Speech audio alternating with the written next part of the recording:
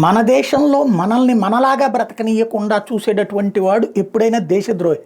వాడిని దేశద్రోహి అనకుండా మానవ హక్కులు పౌర హక్కులు పేరుతో వాడిని నెత్తినెట్టుకున్నామంటే ఫైనల్గా మన బ్రతుకుల్ని నాశనం చేస్తాడనడానికి సాక్ష్యం ఫ్రాన్స్లో, జర్మనీ, బ్రిటన్ లాంటి చోట్ల ఇప్పుడు అక్కడ ప్రజలు మాకు స్వతంత్రం కావాలి అని, ఆ దేశ ప్రజలు ఈ ఆఫ్ఘనిస్తాన్ నుంచి వచ్చినోడు, సిరియా నుంచి వచ్చినోడు, పాలస్తీనా నుంచి వచ్చిన దరిద్రుల వల్ల వాళ్ళు ఇబ్బంది పడుతున్నటువంటి పరిస్థితి, ఓపెన్గా ఉద్యమాలు చేస్తున్నటువంటి చూస్తున్నాం. అట్లాంటి పరిస్థితి చివరికి పోయినట్లని సిరియా ఏమైనా బాగుందా? అదే సిరియాలో చివరికి అదే ముస్లింలు, రెండు సామాజిక వర్గాలకు సంబంధించిన వాళ్ళు కూడా కాదు, ఒకే సామాజిక వర్గానికి సంబంధించిన వాళ్ళు రెండు తెగలైపోయి కొట్టుకు చావడం అన్నటువంటి తాజాగా 1000 మందికి పైగా మరణించారు. ఏంటయ్యా అంటే మతం అనే ఒక పిచ్చని రేకెత్తించి ఆ పిచ్చలో చలి కాచుకుంటా ప్రభుత్వాలు నడిపేటటువంటి వాడు చివరికి ఎందుకు సిరియా వాడు అమెరికాలో ఉండాల్సి వచ్చింది, సిరియా వాడు ప్రపంచమంతా పారిపోయి దాక్కోవాల్సి ఎందుకు వచ్చింది?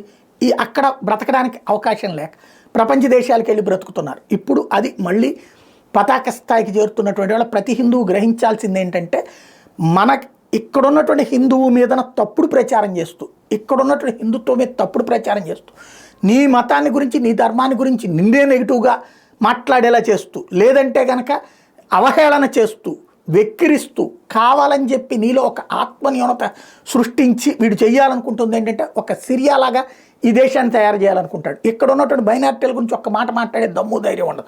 అదే సందర్భంలో మెజార్టీలను మాత్రం అవమానించేటటువంటిది ఉంటుంది.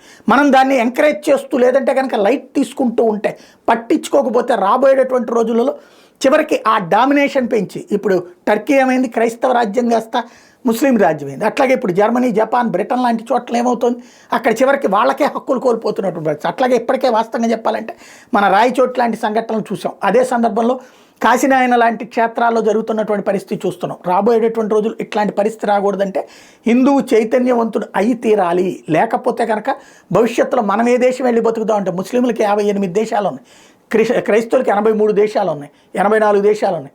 మనం ఎక్కడికి వెళ్ళాలో తెలియని పరిస్థితి.